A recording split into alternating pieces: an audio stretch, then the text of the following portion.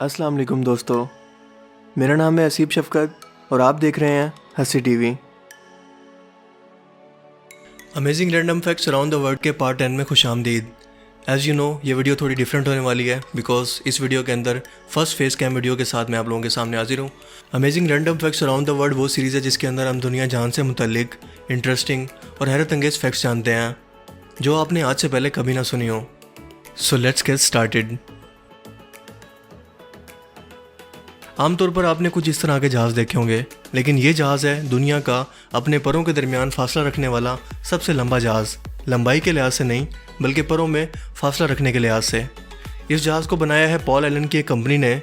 अगर आप Paul Allen के बारे में नहीं जानते तो ये माइक्रोसॉफ्ट का शरीक चेयरमैन है, यानी इसकी पार्टनरशिप है माइक्रोसॉफ्ट के साथ, जिसका मानी बिल गेट्स है। बिल गेट्स और पॉल एलन दोनों क्लास फेलोज थे। इन्होंने इस कंपनी को शुरू करने से पहले आपस में कोलैबोरेशन के ज़रिए इस कंपनी को स्टार्ट किया था, जिसके बाद माइक्रोसॉफ्ट को बिल गेट्स ने टेक ओवर कर लिया। तो इसकी कंपनी है एक स्ट्रीटो लॉन्च, जिसने ये त्यारा बनाया है पहली दफ़ा। लेकिन इसको बनाने का मकसद क्या है? परों के दरमियान इतने बड़े फासले वाले जहाज़ को बनाने का मकसद क्या है? इसको हेलीपैड के तौर पर इस्तेमाल किया जाएगा खला में सेटेलाइट को छोड़ने के लिए। यानी कि पहले जब आपको ज़मीन से सेटेलाइट भेजने पड़ते थे तो आपको बहुत बड़े रॉकेट चाहिए होते थे जो खला में उसको लेकर जाएं, और इतनी ज़्यादा फोर्स से उसको खला में लेकर जाने के लिए बहुत ज़्यादा एनर्जी खर्च होती थी, और बहुत ज़्यादा ये फ्यूल एफिशिएंट भी नहीं थे, और इसके अलावा बहुत ज़्यादा इस पर ख़र्चा होता था, और कामयाबी के चांसेस भी ज़्यादा नहीं होते थे क्योंकि अक्सर ये एक्सप्लोड हो जाया करते थे ये रॉकेट्स वगैरह खला में। सो इसका सबसे अच्छा इलाज इस कंपनी ने निकाला है। इसने 10 किलोमीटर ऊंचा इसको लेकर जाते हैं सेटेलाइट को इसमें रख कर, और उसके बाद इसको हवा में छोड़ देते हैं। अब इससे फ़ायदा ज़्यादा तो नहीं है, लेकिन इससे मोस्टली फ़ायदा ये है कि जो फ्यूल की कंजम्पशन थी वो बच जाती है ज़्यादा। दैट मीन्स के पैसों का खर्चा बच जाता है, और सबसे ज़्यादा कि आपको ज़मीन से खला पर जाने के लिए जो फोर्स चाहिए होती है वो बहुत ज़्यादा होती है। आपको रॉकेट के ज़रिए जो फोर्स चाहिए होती है, तो इसके ज़रिए उसकी बचत होगी, और काफ़ी ज़्यादा इसके ज़रिए फ्यूचर के अंदर जब स्पेस में जाने के लिए बहुत ज़्यादा कम आपको पैसे खर्च करने पड़ेंगे। सेटेलाइट लॉन्च करने के लिए पैसे बहुत ज़्यादा कम खर्च करने पड़ेंगे, जिससे अल्टीमेटली फ़ायदा इस कंपनी को होगा जिसने इसे लॉन्च किया है। सिर्फ अगर लंबाई के लिहाज से बात करें तो बहुत बड़े बड़े जहाज़ इस दुनिया में और भी मौजूद हैं। जिसे रिचर्ड ब्रांसन, जो वर्जिन गैलेक्टिक कंपनी का मालिक है, उसने एक जहाज़ बनाया जो खला में रॉकेट्स को ले जा सकता है। सेटेलाइट को नहीं बल्कि रॉकेट्स को, और रॉकेट्स को ले जाकर खला में छोड़ देते हैं। उससे फ़ायदा क्या होता है कि रॉकेट को अगर खला में जाकर छोड़ें तो ग्रेविटेशनल फोर्स की वजह से बहुत कम उसको फ्यूल खर्च करना पड़ता है। ज़मीन से निकलने के लिए हमें बहुत ज़्यादा फ्यूल खर्च करना पड़ता है क्योंकि ग्रेविटी बहुत ज़्यादा असरअंदाज होती है हमारे इन्वायरमेंट पर। लेकिन जब आप खला में जाते हैं तो ग्रेविटी वहाँ कम है, इसलिए आपको फ्यूल कम खर्च करना पड़ता है। तो इससे अल्टीमेटली फ़ायदा ये होता है कि जब आप हेलीकॉप्टर्स का यूज़ करते हैं तो उससे आपको एनर्जी और पैसे दोनों की बचत होती है, जिसका मतलब ये है कि फ्यूचर में आपके लिए स्पेस में जाना इतना आसान हो जाएगा जैसे आप मरीज से टूर करके वापस आ रहे हैं। चाइनीज़ साइंटिस्ट से आप कुछ भी उम्मीद कर सकते हैं। वो बड़े बड़े ऐसे शोशे छोड़ते हैं जो दुनिया को हैरान करने के लिए काफ़ी होते हैं। हाल ही में उन्होंने एक ऐसा तजर्बा किया है जो बेवकूफ़ लोगों को, जिसे हम कहते हैं यार तो बंदर है, तो ये तो अकल ही नहीं है, उन बंदरों को इंसान बनाना चाहते हैं वो। तो इसका कॉन्सेप्ट समझ लेते हैं कि क्या है। डीएनए कोडिंग होती है, बेसिकली बिल्डिंग ब्लॉक्स होते हैं किसी भी जानवर के, इंसान के। जब वो पैदा होता है तो उसके अंदर जीन्स मौजूद होते हैं जो वो अपने पेरेंट्स से इनहेरिटेंट करता है, और उसके बाद उसका जिस्म को पैगामात देता है कि जिस्म को कैसे बनाना है, किस तरीके से बनाना है। लेट्स सपोज मेरी आंखें कैसी होंगी, मेरे बाल कैसे होंगे, मेरा जिस्म शेप कैसी होगी, और मेरा तमाम बॉडी स्ट्रक्चर कैसा होगा।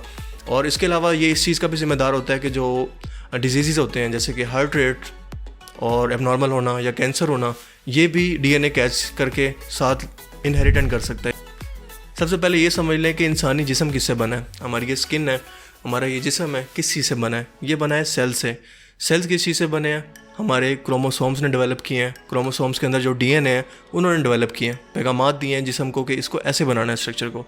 तो साइंटिस्ट आजकल डीएनए कोडिंग को समझने की कोशिश कर रहे हैं कि डीएनए कोडिंग के अंदर ऐसी कौन सी कोडिंग्स हैं जो इंसानों को ज़हीन बनाती हैं। और जाहिर है ये कोडिंग अगर हम चेंज करना चाहें तो हमें इस चीज़ को पैदा करने से पहले, जानवर को या इंसान को पैदा होने से पहले उसके डीएनए के अंदर बदलाव करना होगा। तो साइंटिस्ट भी यही करना चाह रहे हैं कि ऐसा कौन सा जीन्स है जो इंसानों को ज़हीन बनाता है, वो फाइंड आउट करें इंसानी डीएनए से, और उसको इम्प्लीमेंट करें बंदरों के अंदर, रियल वाले बंदरों के अंदर। तो अभी वो इस कोशिश में लगे हुए हैं, लेकिन इसमें कोई कामयाबी नहीं हो सकी। इसमें काफ़ी तंजीमें जो इन्वॉल्व हो गई हैं वो कहती हैं कि जानवरों पर जुल्म है इस तरह उनके डीएनए में चेंजिंग करना, क्योंकि कल को आप बंदर पैदा करने की कोशिश कर रहे हैं तो उसके अंदर इंसानी आप डीएनए कुछ ऐसा डाल दें और उसके अंदर पता नहीं वो क्या से क्या बन जाए, बंदर से कोई एक नई चीज़ बन जाए वो। तो ये तहफ़्फ़ुज़ात हैं उनको, वो इस चीज़ से मना कर रही हैं कि आप लोगों को ये तजर्बात नहीं करने चाहिए, लेकिन चाइनीज़ साइंटिस्ट इस पर अभी तक तजर्बात कर रहे हैं। तो एक क्रोमोसोम्स के अंदर तकरीबन 92 डीएनए कोडिंग होती हैं, और हमारा जिस्म तकरीबन जितने सेल से मिलकर बना है 37 से 38 ट्रिलियन सेल से मिलकर हमारा जिस्म बना है। तो अंदाज़ा लगा सकते हैं कि इतने सारे सेल से मिलकर कितना बड़ा वो एक स्ट्रक्चर है डीएनए का, जो हमें समझना पड़ेगा। डीएनए खुली किताब की तरह है जिसे समझना मुश्किल है बहुत, और हम इसके बारे में बिल्कुल थोड़ा सा जानते हैं। जो हम आजकल उसके अंदर बदलाव करते हैं, CRISPR-Cas9 टेक्नोलॉजी है जो चाइना के अंदर मौजूद है, वो हम यूज़ करते हैं, लेकिन इसको समझना बहुत मुश्किल है, बहुत मुश्किल है, इंसानी सोच से बाहर है। तो चाइनीज़ साइंटिस्ट कोशिश कर रहे हैं कि किसी तरीके से वो जीन्स फाइंड कर लें और बंदरों के अंदर इम्प्लांट कर दें, तो जिससे ये होगा कि इंसानों की तरह बंदर भी ज़हीन बनने लग जाएंगे। लेकिन मुझे ये पॉइंट समझ नहीं आया कि बंदरों को ज़हीन बनाना क्यों चाहते हैं, क्या करवाना चाहते हैं उनसे? बंदरों की शादी करवाएंगे, उनसे यूट्यूब चैनल खुलवाएंगे, या खेतों में काम करवाएंगे उनसे, या बंदर ज़हीन बन के करेंगे क्या यार? मुझे बताओ। वो ड्रेसिंग करके मॉर्निंग वॉक करेंगे, रैंप वॉक करेंगे, या कॉमेडी वीडियोस बनाएंगे? AI यानी कि आर्टिफिशियल इंटेलिजेंस वक्त के साथ बहुत ज़्यादा एडवांस होती जा रही है। आपको पता है जापान, चीन और दूसरे यूरोपीय ममालिक के अंदर रोबोट्स बाकायदा काम कर रहे हैं, ऑफिस के अंदर असिस्टेंट के तौर पे काम कर रहे हैं, या दूसरे काम्स में इंसानों की हेल्प कर रहे हैं। लेकिन आजकल जैसे जैसे आर्टिफिशियल इंटेलिजेंस बढ़ती जा रही है, यानी कि रोबोट्स खुद से सोचने लग गए हैं, खुद से काम कर सकते हैं, एनालाइज कर सकते हैं सिचुएशंस को, तो साइंटिस्ट आजकल इस चीज़ पर गौर कर रहे हैं कि अगर इंसानों की तरह रोबोट भी कोई जुर्म करता है, किसी को मार देता है, किसी को नुकसान पहुंचा देता है, तो क्या उन पर भी वही कानून अप्लाई होगा जो इंसानों पर होता है? क्या रोबोट्स को भी सज़ा दी जाएगी? ये एक बड़ा कंट्रोवर्शियल किस्म का सवाल है, और बड़ा लोगों को एक कंफ्यूज किया हुआ है, रिसर्चर्स को, कि इस बारे में क्या वो एक अपनी राय कायम करें, लेकिन इस बारे में अभी कोई फैसला नहीं कर सके। वैसे मेरे ख्याल में पर्सनल ओपिनियन यही है कि अगर जो चीज़ शऊर रखती हो उसके ऊपर इस कानून का अप्लाई होना चाहिए, लेकिन रोबोट्स के अंदर खुद से सोचने की सलाहियत नहीं होती, इंसानों के बगैर ये ठीक से ऑपरेट ही नहीं कर सकते, तो मेरे ख्याल में ये कानून पर अप्लाई नहीं होता। बाकी आप इस बारे में क्या सोचते हैं, मुझे कमेंट करके बता सकते हैं। Bruce Lee was not from this world. Bruce Lee इस दुनिया का नहीं था, वो किसी और दुनिया का था। मैं ऐसा क्यों कह रहा हूँ? क्योंकि ब्रूस ली एक फ़िटनेस फ्रीक था। फ़िटनेस फ्रीक से मेरी क्या मुराद है कि वो उसका वन हैंड पुश बहुत ज़्यादा मशहूर था। वो अपने अंगूठे और एक उंगली की मदद से, इसकी मदद से वो चिनअप्स कर सकता था, और ये रैप एक दो नहीं बल्कि 50 रैप्स थे। इसके अलावा वो चावल के दाने को हवा में फेंक कर उसे चॉपस्टिक से पकड़ सकता था, यानी कि इतना स्किल्ड था कि वो चावल के दाने को भी देखकर उसे पकड़ सकता था। और एक हमारे ये भाई साहब हैं, इनके सामने गेंद आए थे, उनको ऐसे लगता है कि शायद ऊपर से कोई बम गिर रहा है, हिरोशिमा नागासाकी ने किसी ने बम गिरा दिया और मुझे इसको नहीं पकड़ना, उसको छोड़ देना, भाग जाना। ग्लोबल वार्मिंग एक बहुत बड़ा मसला बनता जा रहा है दुनिया का। आपको पता है कि टेम्परेचर दुनिया में बढ़ता जा रहा है, जहाँ पर टेम्परेचर ज़्यादा था वहाँ ज़्यादा होता जा रहा है, और जहाँ पर कम था वहाँ कम तर होता जा रहा है। यूएस में आप देख लें, वहाँ पर शदीद तरीन सर्दी है, नॉर्थ पोल, साउथ पोल और अंटार्कटिका के इलाके बहुत ज़्यादा ठंडे होते जा रहे हैं।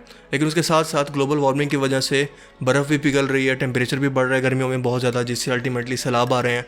इस सैलाब को रोकने के लिए दरख्त सबसे ज़्यादा अहम किरदार अदा करते थे। दरख्तों की वजह से टेम्परेचर मेंटेन होता था, लेकिन अब क्या हो रहा है कि हम दरख्त काटते जा रहे हैं, जिससे जंगली हयात ख़त्म हो रही है। इंसानों ने अपने फ़ायदे के लिए जब दरख्त काटे हैं तो जाहिर है कि जंगली हयात भी वो चीज़ें छोड़ कर आ गई हैं, शहरों में आ गई हैं या तबाह होती जा रही हैं। उसके अलावा उसको एनवायरनमेंट के इश्यूज़ देखने में आ रहे हैं कि एनवायरनमेंट तबाह होता जा रहा है आहिस्ता आहिस्ता।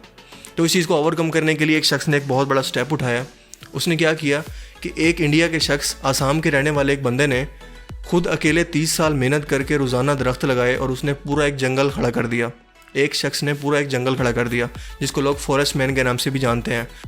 और ये जंगल 1360 एकड़ पर फैला हुआ है, जिसे दूर दूर से लोग विज़िट करने आते हैं, और इसका नाम Guinness book of world record में भी लिखा गया है। दुनिया का सबसे पुराना होटल है जापान में, जिसका नाम है मिशियामा ओसिन किकान होटल। इसको 705 कॉमन एरा में बनाया गया था, और इसको अब तक तकरीबन एक ही ख़ानदान की फैमिली चला रही हैं। और आपको पता है कि इस होटल को चलाते हुए कितनी जनरेशन गुजर चुकी हैं एक ही ख़ानदान की? 52 जनरेशन्स। एक जनरेशन के दरमियान भी अगर 25 साल का गैप लगाएं तो 52 को उससे मल्टीप्लाई कर लें। Amazing, that's why we called it amazing random facts. इस होटल का नाम Guinness book of world record में भी शामिल किया गया है। तकरीबन 2011 में ये शामिल हुआ था, और दुनिया का सबसे पुराना होटल है।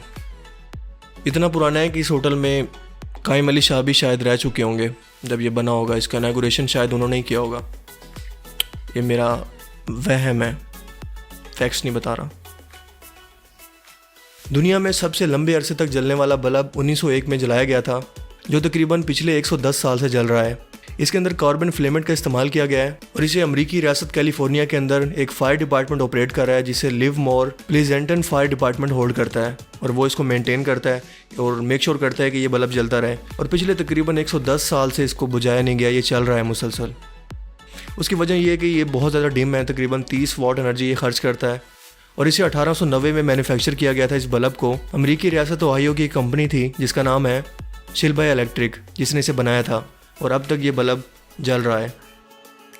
क्या आप जानते हैं कि दुनिया में एक ऐसा पौधा भी है जिसे केचप एंड फ्राइज प्लांट कहते हैं? अब ये कहना बिला वजह नहीं है, क्योंकि इस पर एक टाइम के अंदर टमाटर भी लगते हैं, आलू भी। तो यानी कि फ्राइज़ और टमाटर केचप आप घर में ही बना सकते हैं इस पौधे को लगाने के बाद। जेनेटिकली मॉडिफाइड फूड है ये, इसके नहीं पौधों के जेनेटिक्स के अंदर तब्दीली लाकर इसको ये खुद से डिज़ाइन किया गया। ये नेचुरली पौधा नहीं है, लेकिन ये एग्जिस्ट करता है और लोग इसका बीज भी सेल करते हैं। सैन फ्रांसिस्को के अंदर एक ऐसे स्टेप्स मौजूद हैं, सीढ़ियों के स्टेप्स मौजूद हैं, जिसे 16th एवेन्यू टेल स्टेप कहते हैं। ये बड़े इंटरेस्टिंग किस्म के हैं, क्योंकि दोपहर को जो उनका डिज़ाइन होता है वो बहुत खूबसूरत होता है, लेकिन जैसे ही इस पर चांद की रोशनी पड़ती है, चंदा मामा की रोशनी पड़ती है, तो उसका डिज़ाइन टोटली चेंज हो जाता है, कुछ इस तरह से। तो आज का ये वीडियो था random facts around the world में। आज सिर्फ इतना ही। आई होप कि आज का ये फर्स्ट फेस कैम वीडियो आपको पसंद आया हो। अगर आपको अच्छा लगा है तो मुझे कमेंट करके बताइए। नेक्स्ट वीडियोस भी इंशाल्लाह इसी फेस कैम के साथ आएंगी, अगर आपको अंडरस्टैंडिंग के लिए ये अच्छी लगी तो। और उम्मीद है कि आपको इससे कुछ नया जानने को मिला होगा और आपको ये वीडियो पसंद आया होगा। तो मिलेंगे आप लोगों के साथ एक नए टॉपिक में। तब तक के लिए इस चैनल को सब्सक्राइब करें अगर आप मज़ीद इस तरह की वीडियोज़ देखना चाहते हैं, और इसके साथ एक बेल का आइकन होगा, उसे फोड़ दें, तोड़ दें, उसको तबाह कर दें, ताकि आपको नेक्स्ट वीडियो मेरी आए तो आपको पता लग जाए, नोटिफिकेशन आ जाए कि नई वीडियो अपलोड हो चुकी है। तो अपना बहुत सारा ख्याल रखिएगा। Thanks for watching this video और थैंक्स फॉर बर्दाश्त करने के लिए मुझे। Take care.